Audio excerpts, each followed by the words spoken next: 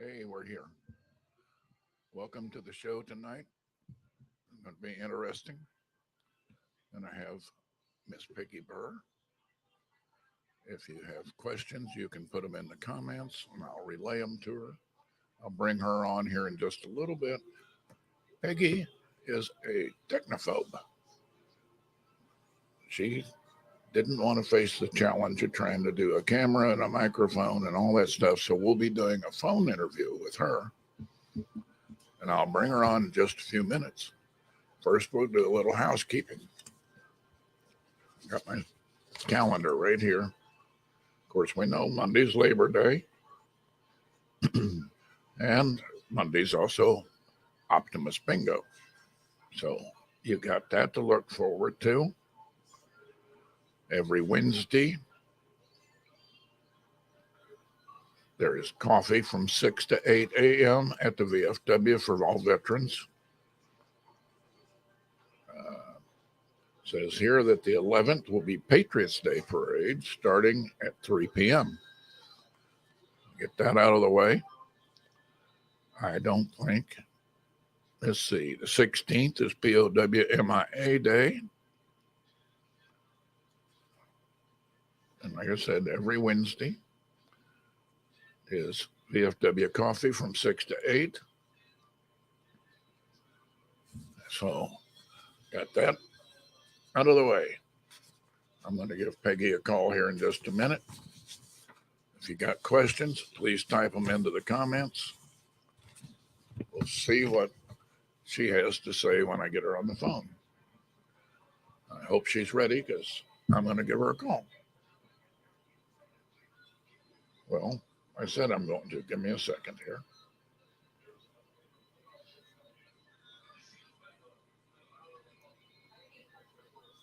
If the phone will work.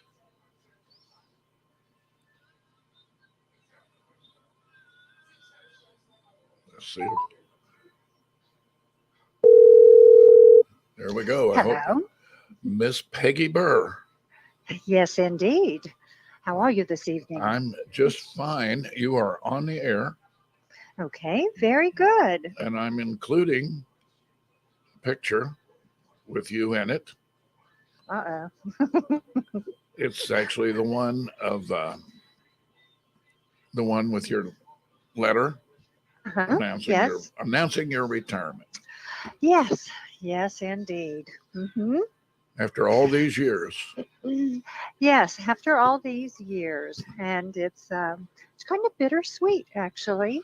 You know, I have very special affection for that museum, and I've I don't know, kind of poured my heart and soul into it. So you're going to miss it. I am. And you're going to be glad to be gone at the same time. This is true. This is, yes.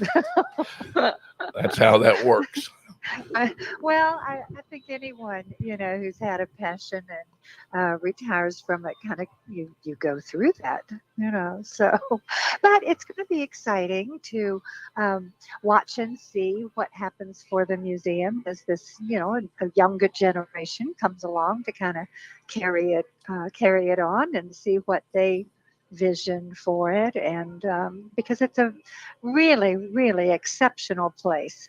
And for Bates County to have something like that, honestly, it's extraordinary. It is. It's a small county, but they do put forth some effort in places that surprise me. This is true. It is. It's kind of when we undertook the project to restore the 1877 Steinway. That was a monumental undertaking for us, and I don't know if people remember, but we had to raise $60,000 for Steinway to be the ones to restore it, which is just really what we all had our hearts set on. And sure enough, we did. Took us 4 years, and we got that done, and celebrated the piano with a bon voyage party as it was shipped off to New York to Steinway.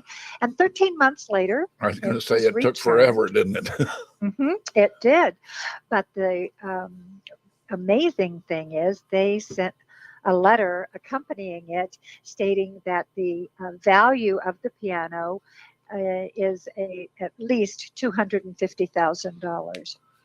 So it was an amazing undertaking, a marvelous surprise. And when I share the story with people at the museum, I tell them that normally anything that costs that much in Bates County is a piece of farm equipment. That's right. Is there any chance you've got your computer screen up and watching this? I do not. I'm sorry. You'd have to turn your sound off on the computer or the phone. Yes. Otherwise, we get this horrible echo. Oh, I'm sorry. But and your phone's fine. We're doing great right now. Are we doing okay now? I can hear you wonderfully.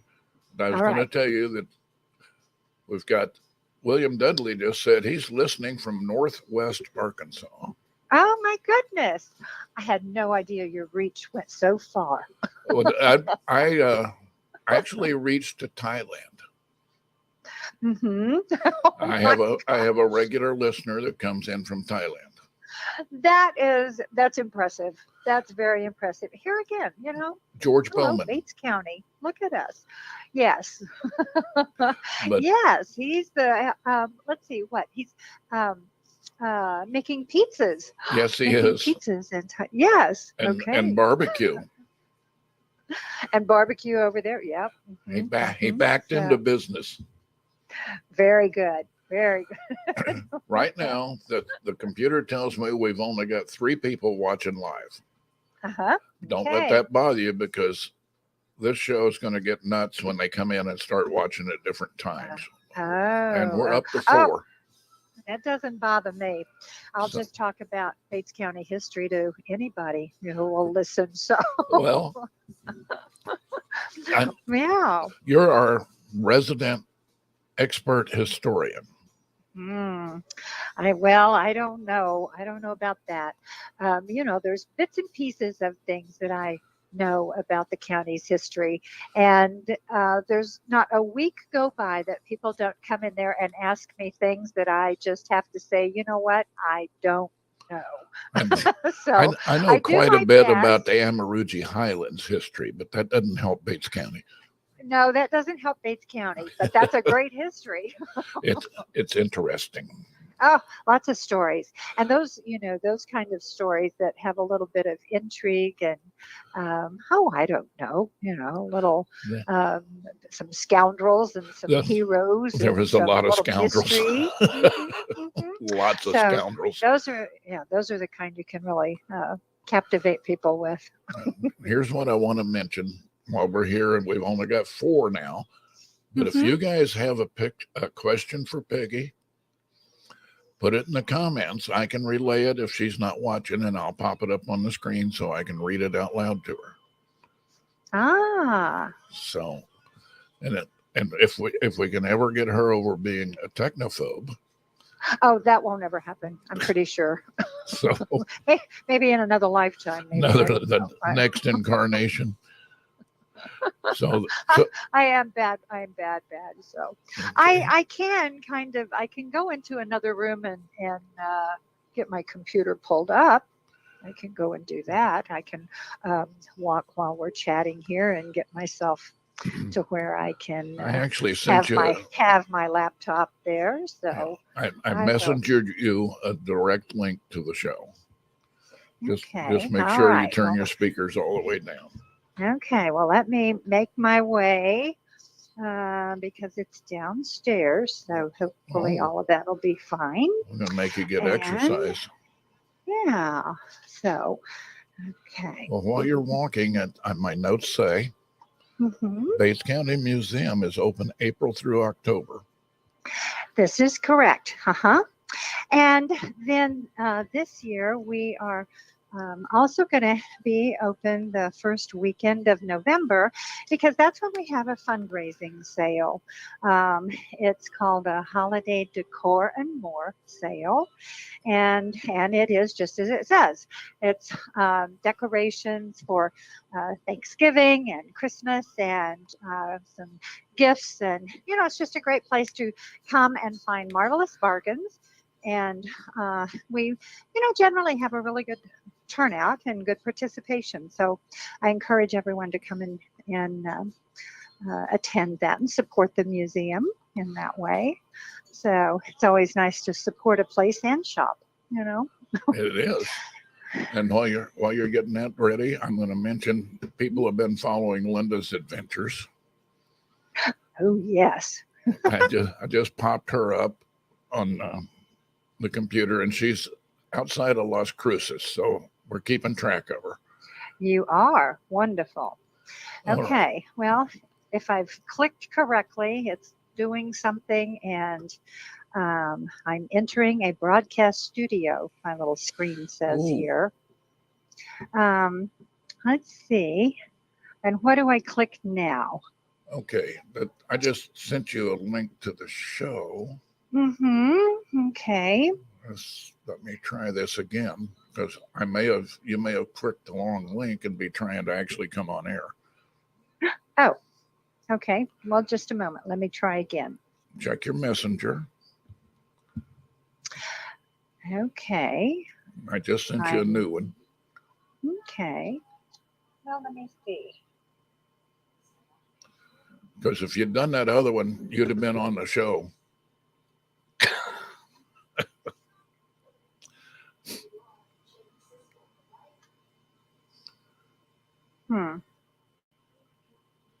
And once again, Peggy strikes, Okay. It's not necessary. She can't even access a link. It's Okay. not easy being me. Yeah. It's really not. I've got a question for you. Yes. Somebody just asked, what's your favorite wine? What's my favorite what? Wine. Wine? Oh my goodness. That's easy. Ozark Hellbender by Stonehill Winery. A Missouri wine, by the way. That's my all-time favorite. There you go. You never know what people are going to ask. This is true. You don't. Yeah, this is kind of, yeah. Well, this will be interesting, won't it? Okay. Now, let me see. Let me move on. We've got you going. You got the fundraiser. You mentioned that. Uh-huh. Let's see. How about the land bounty? I'm sorry, what'd you say? The land bounty? Yes, land bounties. I wanted to kind of talk about that because that leads up to the conversation on law enforcement and so forth, and also because people in this area are so interested in General Joe Shelby. When I first began working at the museum, I had, I don't know, 3 or 4 different people tell me that their land abstracts showed that Shelby owned their property. And I was really, mystified by it because these were from different townships. And, I thought, how is this? I thought Shelby lived, west of Adrian when he was here. And what I learned as I delved into it is in the 1850s, Shelby and his father-in-law, William Shelby, and then a kind of a stepbrother cousin kind of character through intermarriage, Henry Gratz, all joined together, and they were purchasing land bounties that had been served as payment to men who had served primarily in the Mexican War, because the government didn't have any money, so they gave land grants and land bounties to them. Well, many of these men lived back east and had no desire, to move to western Missouri, so they would sell them. And so Shelby and Gratz, they were investing in properties here in Bates County. And they did indeed own, I think there were 9 different pieces of property that Shelby owned here in Bates County. So even before the war, he was familiar with this place. He knew that the land was rich. He knew the water was plentiful, and it was a very, desirable place for them to invest. Plus, as good Southerners, they were investing in the very western edge of Missouri, believing that, Kansas would just become another slave state, while Nebraska would become a free state to keep the balance in Congress, which is what they had done. So that's kind of an interesting piece of information that many people are unaware of. That he was indeed familiar with Bates County. You have a question from Thailand. Mm-hmm. I hate to interrupt you, but I thought this was cool. It's coming from halfway around the planet. Oh my. It says, who was the first Bates Countian to visit Thailand? Who was the first Bates County what? To visit Thailand. I have no idea. To visit? Now, there might have been some that were there just because they were forced to be. Yeah, he's talking about, he mentioned Vietnam vets, but he figured there was some that showed up way before that. Right. And in case you can't guess, that's George. I would say, yes, that's what I would say. I would say George, for sure. However, there probably were some who had their feet on the soil prior to that. That would be. Interestingly enough, kind of in that area over there, I did a World War II exhibit this year at the museum. And, we had a lot of artifacts and information that families had donated. And one of the collections, which was a really large collection, was from my uncle, Jim Wheatley, from down at Rich Hill. And he served in the China, Burma, India theater of war, which is a bit unusual. You just don't see many artifacts there. You don't hear people talk about it. And he worked with the pack mules and trains, taking supplies across the mountains, over there. And he was out at Fort Riley with the cavalry, and that kind of thing is where he was stationed and has got his training and so forth, and went over. And he ultimately wound up training Chinese soldiers at the end. So that whole I don't know, Indochina area over there it's fascinating but interesting. The China was interesting during World War II. Mm-hmm. It was. I'm sorry. They weren't in it, but they weren't out of it either. Mm-hmm. With the Flying Tigers and all that group. Yes. As a matter of fact, there was a gentleman in Butler, the late Ron Phillips. He was part of the Flying Tigers. In fact, his daughter visited the museum today, brought some artifacts from Eddie Herman's to add to his collection. And we were just talking about her father's wonderful collection of the Flying Tigers in his years of service there. The whole lower level of his house was dedicated, to his time there. And I was able to go and visit and see that a few years ago. And it was really special, very special. Just a quick World War II short story. My uncle was in Germany. Mm-hmm. And he said the worst chewing out he ever got. He was a platoon sergeant, and they sent him into the Black Forest. They were advancing on Berlin bad. The war wasn't over, but it wasn't like it had been. And he'd been through that part too. But he said he took 7 guys and they went into the Black Forest. And he said that part of the forest hadn't been shelled. And it was so dense that you couldn't see 20 feet in front of you. Really? And he said they were slogging through this brush and undergrowth. And suddenly they were in a clearing. And there was 150 German soldiers in that clearing. And all of them threw their hands up, threw their guns down, and surrendered. Oh, my goodness. He said they didn't have any ammunition. They were wearing their socks for gloves. And his orders was to reconnoiter only, make no contact. Mm-hmm.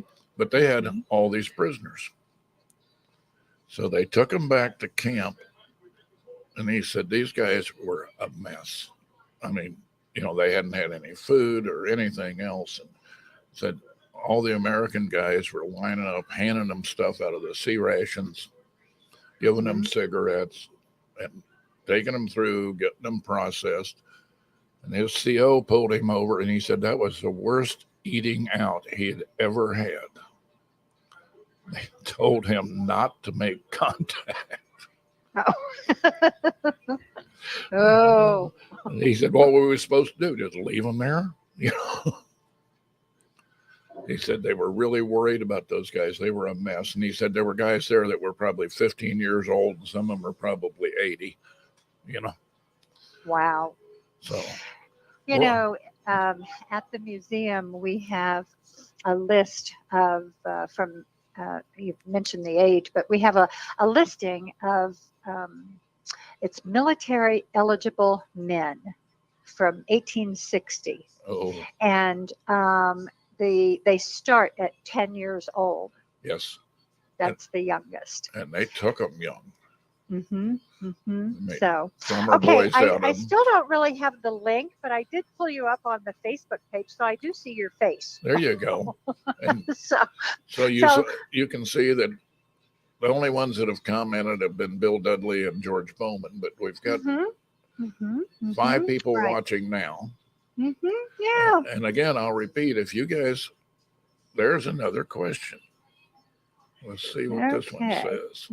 Says, maybe Peggy could talk about the transition from downtown location and what are the plans for that old 2-story structure, the beautiful current building.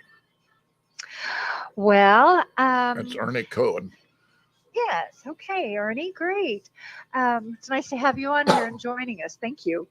The old museum, the downtown location, that building, we'll talk about a little bit of its original use when I move on into some of my stories about law enforcement. But it was built about 1893. And when the Historical Society was actually founded in 1961, that building was already vacant. The county had already moved the jail and law enforcement to what is now the emergency management building. So that building was vacant, and the county sold it to the Historical Society for $1. There you go. And that was the location of the first museum. And of course, it was located there until 2006. When they made the move out to the current location. This property where we are now had actually been bought in the year 2000. And it was, the old bought on the courthouse steps kind of thing. And the Historical Society and volunteers and people and all around worked 6 years to get it in shape to be able to move the museum out to that location. The old jail continued to have some of the artifacts and things stored there that hadn't been moved. And the old barn behind that was the same way. It was filled with agricultural artifacts and old pieces of business equipment and so forth. So, but by 2000, I think it was 12, might have been 11 or 12, the Bates County Sheriff's Posse, Sheriff Anderson and the posse approached us about purchasing the building with the hopes of restoring it and doing, something with it in the future. So we drove a hard negotiation, and we sold it to them for $2. There you go. Doubled your money. Yes, we doubled our money, absolutely. And they have been extremely gracious to us over the years in letting us leave things stored in the old barn until just this past year. Really, we finally got everything moved out of there. to the current location. And which, of course, our first problem out there was the fact we had no buildings to move it to. So over the years, we've added two nice outbuildings, and they now have all of these things stored in them. They remain, oh my goodness, they still need to be, when I say interpreted, being labeled so people will know what they are and really displayed.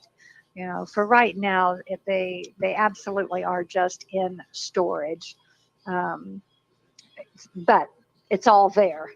So that's the important thing.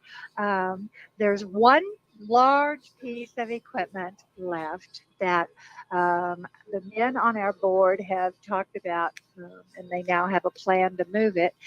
And the significance of that piece of machinery is it was a prototype. So it was really one of a kind that was patented, and it was a threshing machine, basically for rice, as I understand it. And Mr. McElroy here in Bates County is the one who invented it. And he was even offered $1 million for it and turned it down. But his timing was absolutely terrible because it was right on the cusp of where steam powered and steam engines were coming into the market, and so it never took off, and he never, another one was never made, and so we have that, and it's just a mammoth piece of equipment, it seems to me, and so it's going to require a special trailer and winches and that sort of thing. So lots of work. So that'll be the final piece to be moved out. You might talk to that Bates County antique tractor people. They move some strange things. They have been extraordinarily helpful and so kind to me over the years when I go, will you come out here and tell me what it is I have? Can you come help me? What is this? And they're marvelous, absolutely wonderful.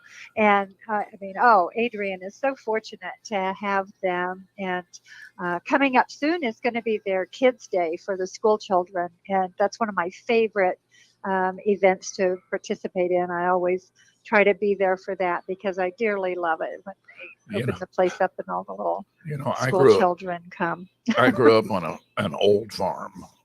And there were lots of things there. Some of them we weren't using anymore. Some of them had been modified for a little more modern use.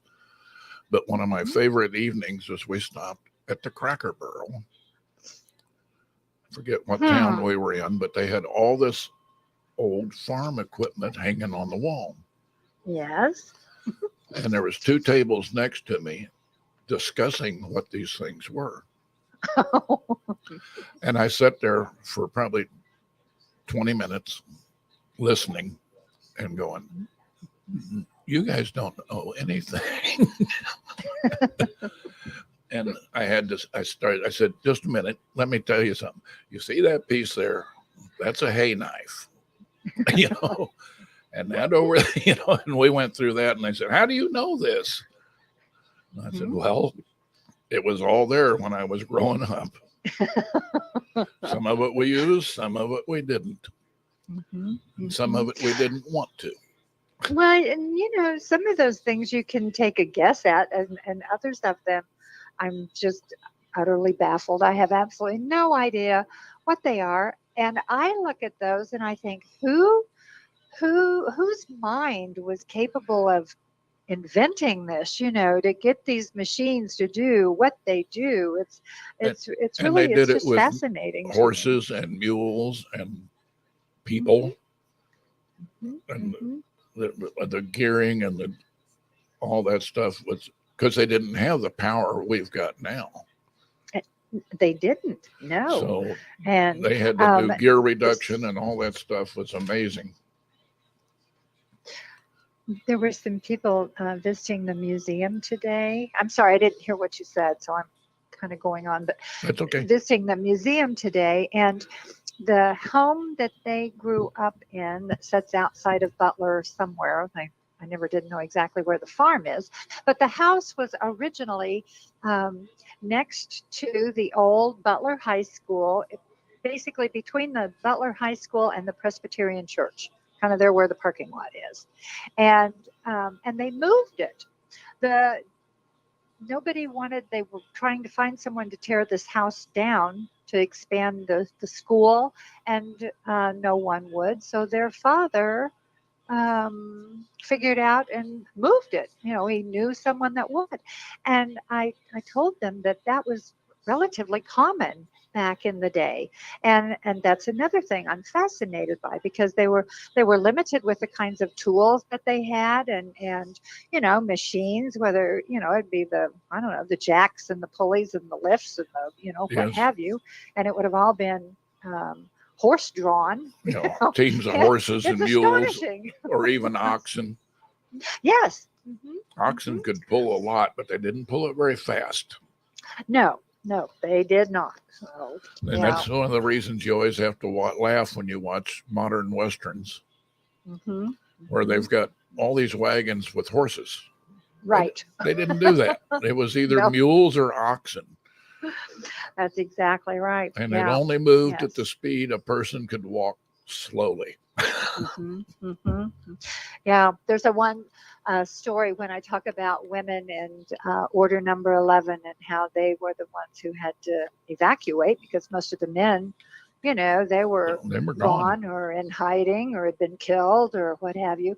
And there was a young woman from up around the Lee Summit area, and she and a group of women walked all the way to East Texas, and using oxen, pulling their wagons. There was a group of, I think, 23 families, and they made the journey. And what stuck with me, she talked about how treacherous the Boston mountains were. And just a few years ago, I had been down through there, and even on the interstate driving through there, oh my. it's yeah. Can you imagine going downhill with oxen and a wagon?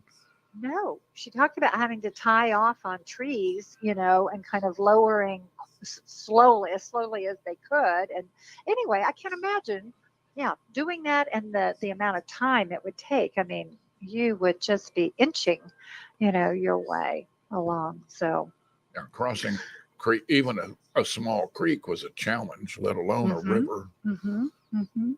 And that was the thing, back then, if you didn't know where the crossings were, you were just, you had to know these things. And so when this evacuation was ordered, there were so many components to it that went into the planning. I mean, they couldn't just pick up a telephone and call a family member over in Johnson County and say, bring your pickup over here.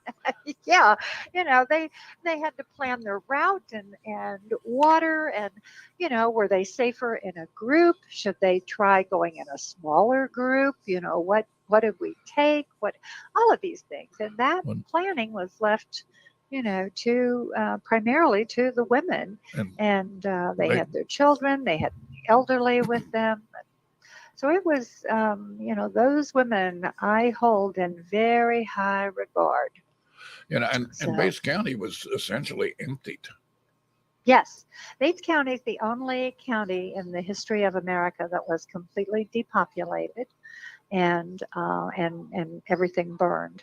The other counties had towns where soldiers were garrisoned, and people could go there for safe haven.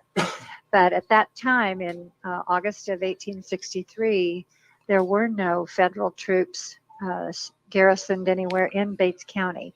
So consequently, we were the only county just totally depopulated. It didn't have the population and resources to justify it. And you read about things like the Battle of Lone Jack. Pardon? What? I'm sorry. The Battle of Lone Jack. And you look there now, and it's like, what were they fighting for? I know. And there were a lot of Bates County men, at the Battle of Lone Jack. As a matter of fact, up there when I lived in Greenwood and began participating, and volunteering there at the Battle of Lone Jack site, that's when I first learned about my family's Civil War history here in Missouri. Because I thought, well, now wait a minute, all of this Wheatley clan, there was over 100 of them, 4 brothers and their married children, and it's a big bunch. Yeah. Moved here from North Carolina in the late 1850s. So what in the heck were they doing during Yeah. the Civil War? Yeah. And no one in my family, nothing had ever been talked about. No one knew. They had just, because they were all Confederates. Yeah. and I had you know, family on both sides, so well, see, we always talked about the family, the part of my family that was still in New Jersey. They were they were Union, but we hadn't heard about the war stories, here. And sure enough, most all of the men joined the Missouri State Guard. There were 8 of them. And then they went on and they even enlisted in the Confederate Army, which was a bit unusual because a lot of those Missouri Guard boys came home, when their enlistment was over. But they enlisted in the Confederate Army, and 2 of them survived the war. On my mother's side, we had one great, multiple greats back. That was Quantrell's group. In fact, they say, I'm told by a guy over at Drexel that did a lot of research on Quantrell, that Jake Bartles actually did some of the stuff that they blamed on Quantrell. Oh, well, yeah, Quantrell, they really did get blamed for everything, but that's the way that is. It's kind of like Jesse James was the only bank robber. Yeah. So, yeah, it's interesting, and like you, my family's been here forever. So yeah, and there's stories out there, and some of them are true, and some of them are probably embellished a little. Oh, that makes a good story. I really believe that there's a thread of truth in most family stories, and some family lore.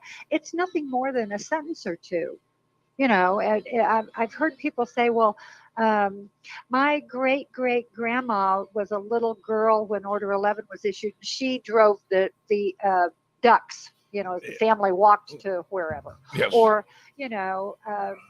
Jesse James came to our house and left a silver dollar, when my grandma fed them. Or it's things like that. They're not even really long stories. It's just a little picture, a little snippet, but it carries through the generations. Yeah, this area is Cass and Bates. The Southern Cass is interesting. Yes. Yeah. And in the movie, The Outlaw Josie Wales. Oh yeah. He's from Cass County, and I can't remember the real name now, but I think the man's name is Bill Wilson. But if I remember. And interestingly, at the very end of the movie, when the people in the saloon are trying to throw the law off, and they call Josie Wales Bill Wilson. Yeah. Mr. Wilson. That was the real. That was his real name. The real name. He was from the Amarugi area, and that's one of those that I've heard stories from my grandparents. Exactly. Yes. And they don't exactly match what the Cass County Historical Society says. But well, I was from the main city area, and apparently Amarugi claimed that area as part of their kingdom. Oh. But the main city group said, we don't need you. We'll take care of our own. Well, I'd say there's probably a thread of truth to all of that too. They did some interesting things. There just is, and some of these.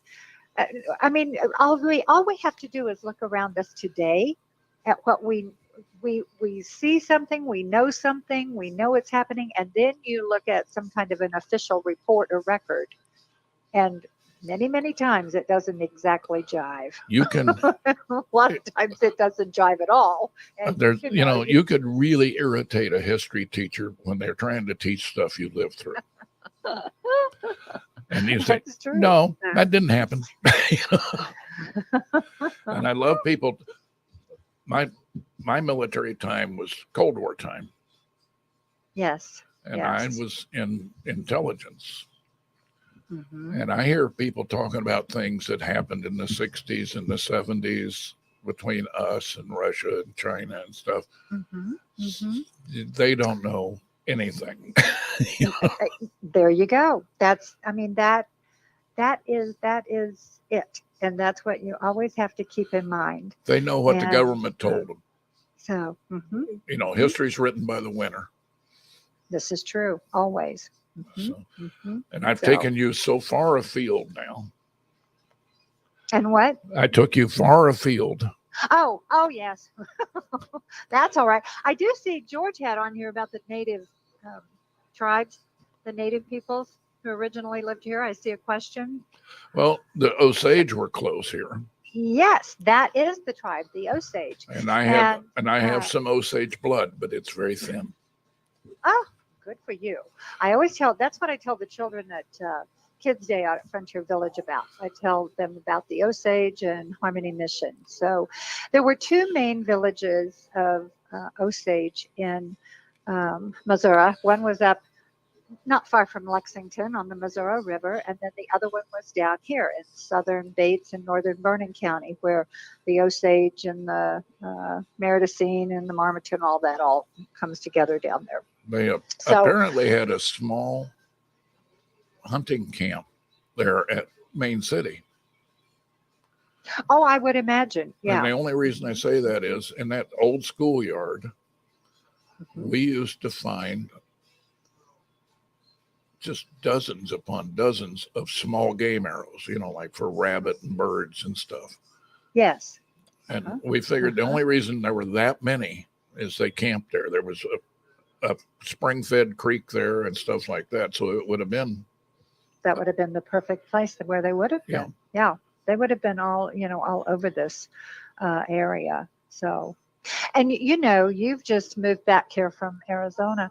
When the missionaries from back east arrived in 1821, the Osage village, and they had requested them. They wanted them there. But anyway, when they got there, there was a white man who was married to an Osage woman living in the village, and his name was Bill Williams.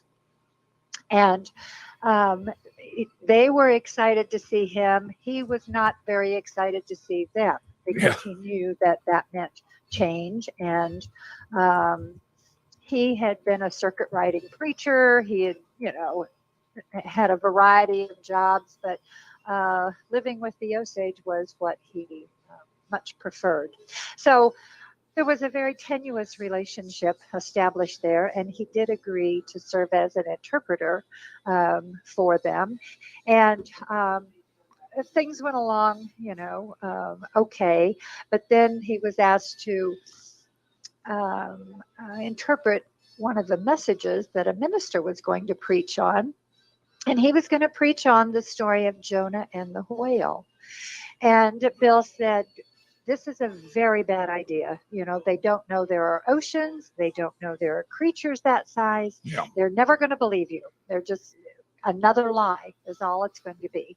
But the minister was sure this is what he should preach on. And of course, the reaction was exactly as Bill had predicted. And the chief announced that to be the biggest lie yet.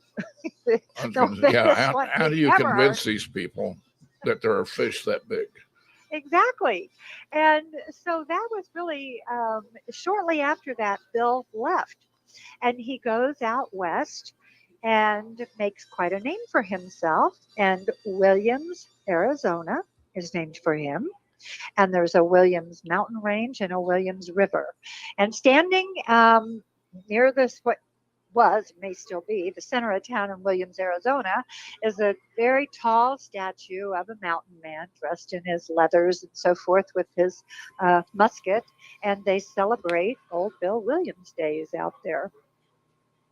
So that's kind of a cool story to share with people from And Arizona. my, I told you about Jake riding with Quantrell. Mm-hmm. He had a brother, Jack, who also was nicknamed Jake, which Hmm. really muddies the water when you're trying to figure out what's going on. This is true. It does. But he went down. It does. It does. So.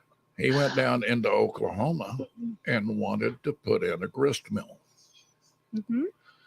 To get permission to put it on the river, he married whatever tribe it was, the Indian chief's daughter.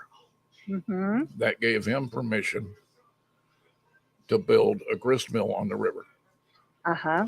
Mm-hmm. He was Mm-hmm. there for 5 or 6 years. The town that built up around it was, false front and Mm-hmm. just board sidewalks. One of the towns where you can literally take the sidewalk up at night. Right. Right. Well, he had 2 guys that had worked for him from the beginning. And they decided they could make more money if they put in their own grist mill. So they built one across the river. Mm-hmm. Made him mad. So one night, after everything closed down, he loaded the entire town on wagons, moved it 10 miles south, set it back up. That town is Bartlesville, Oklahoma. Oh, that's a great story. I love that. But there used to be a discussion. Bartles was my mother, Bishop's my dad, and there was Mhm. always an argument about which one had the worst temper. So let's see. Bill says Civil War James Strait discharge papers that he gave Uh-huh. was Mhm. grandmother Dudley's father. Yes, yes. It's interesting. We have a few of the discharge papers, and when you go to the cemeteries in Bates County, and you look at the ones that are um, have served in the war and are veterans of the Civil War, there's not a whole lot of them from Missouri. And a part of that goes all the way back to the order number 11. There's a few, but there were so many people move in here during Reconstruction after the war. They came from Ohio and Indiana and Iowa and Illinois. They came from the northern states. Yes. And so, like I said, when you go into these cemeteries around here and begin looking at the old Civil War stones, you'll see that they very few of them served in Missouri units. So that's a very, another thing that just tells part of the story of around here. And of course, once Reconstruction was really, in full steam, full mode, full force, um, you have settlers, you have merchants, you have speculators, you have mining companies who know about all of the coal. You have every kind of just think of the whole county as kind of a boom town. You have all these people flooding in here, Cheap and looking land. at this land of opportunity, And the and carpetbaggers. yes, exactly. The Yankee carpetbaggers that came in, and um, the whole place changed, and so the 1870s was really it was kind of wild and still kind of settling in, trying to get infrastructure, trying to, get some semblance of financial structure back. And old court records show, they're building bridges and they're trying to maintain roads. And, so a lot of this is going on. But by the time the 1880s and 90s roll around, there's a lot of money here. The mines are thriving. In early 1880s, Rich Hill is founded by the coal mining company, and at one time it had a population of 6,000. I mean, it was bawdy and it was loud and it was, Yeah. you know, And there was money to be made. mhm. If you had, literally, if you had a few $100s, you could open a bank. That's exactly right. And stores and saloons and, uh, you know, dram shops. I mean, just, tailors and the blacksmiths. And, there was just, it was opportunity. And It was lots of opportunity here. So all of these people, are coming in. And not only that, but you also have immigrants coming straight from Europe. we That's have when some of my German, my Burrs, we my have great German and yeah, French. my great grandpa Burr came over from Germany, during that time. He was 14. And how he made his way to Rich Hill, Missouri, who knows? But Yeah. that's where he landed. See, and this goes to what George just said. You said Missouri. Hmm. I say Missouri. Oh, But yeah, and I don't really know how that pronunciation came about. I really don't. I do say Missouri. Other people in my family say Missouri. Mostly over on the eastern side of the state, they definitely say Missouri. You know, and I so never heard of a Missouri tribe of Indians. yes, yep, yes, there was. Uh huh. But it's So Missouri, not Missouri. yes, it's forever and always Missouri for me. So But it's just it's anyway, okay, let's see. Kind of back to my story quickly. This yes. is when, um, during this time, is when General Shelby moves to Bates County. It's 1883. He moves out west of Adrian. And of course, he's known, as the general who never surrendered because he and his men went to Mexico after the war. And stayed down there a few years, and he made his way back to Missouri, and he was around Lexington and Waverly and Dover and kind of in that area again where he was originally from. But he comes here in 1883 and very quickly is just hailed as one of the most admired citizens of the county. And he really was kind of the last of the great cavaliers. He was just a gentleman's gentleman, and honor and integrity and manners and all of that. They meant everything to him, and so he was a much beloved character here. And his son Joe went into law enforcement. He was a deputy marshal here, and in 1893, that is the year that Shelby's appointed United States Marshal, and the Bates County Jail, the old museum, is constructed. And about a year later, General Shelby, for the very first time, persuaded the federal court to allow this county jail to house federal prisoners for a fee. So the court sent an inspector to Bates County to make sure the facility was all that they were told that it was, and got a glowing report. I mean, they just talked about the ventilation and the water closets, and the prisoners were all well fed and seemed well satisfied in good sanitary conditions, and so forth and so on. So, so that marked the first time that occurred for us. And of course, that's still a practice going on today in the county for part of the income. And there was one really, I don't know, it's kind of a heartwarming story. And this tells you a little bit about what was happening in some of the courts at the time.